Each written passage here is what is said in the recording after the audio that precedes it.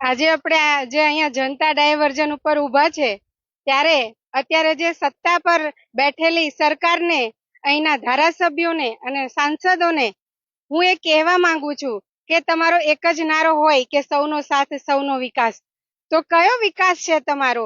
આજે એક મહિલા તરીકે મેં અહીંયાથી પસાર થઈ રહી છું ત્યારે હું લોકોના પ્રશ્નો અને એમના ચહેરા ઉપર જોઈ શકું છું કે અહીંયાથી નીકળે છે તો કેટલા હેરાન થાય. તો શું તમને ત્યાં ખુરશી પર બેસીને આ લોકોનો પ્રશ્નો નથી દેખાતા? તગારો તમારો વિકાસ છે. અહીંયા મહિલાઓ જો સગર્ભા હોય તો એને છેક પાવીજેતપુર રંગલી ચોકડી થઈને ત્યાં બોડેલી હોસ્પિટલ લઈ જવામાં આવે છે. જો અહીંયા આ રસ્તેથી પસાર થાય તો રસ્તો એવો છે કે જેના લીધે એને રસ્તામાં જ ડિલિવરી થાય છે.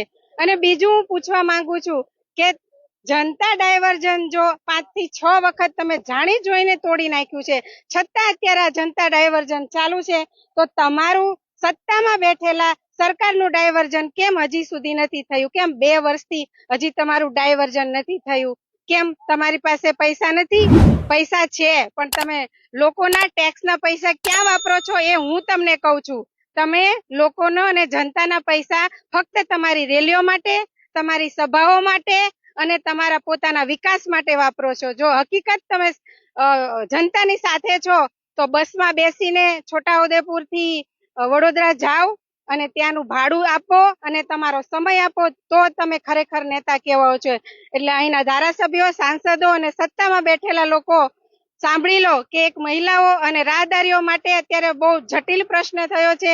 તમારે આ બધી રેલીઓ અને તાઇફાઓ બંધ કરો અને લોકોના પ્રશ્નોને ખરેખર તમારે જાણવાની જરૂર છે, એને સોલ્વ કરવાની જરૂર છે. એની જગ્યાએ તમે તાઇફાઓ કરતા ફરો છો.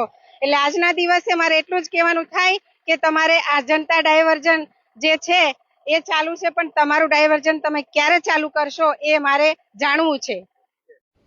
છોટાઉદેપુર જિલ્લાના તમામ સમાચાર માટે આપનું છોટાઉદેપુર યુટ્યુબ ચેનલને સબસ્ક્રાઇબ કરી બેલ આઇકન દબાવશો.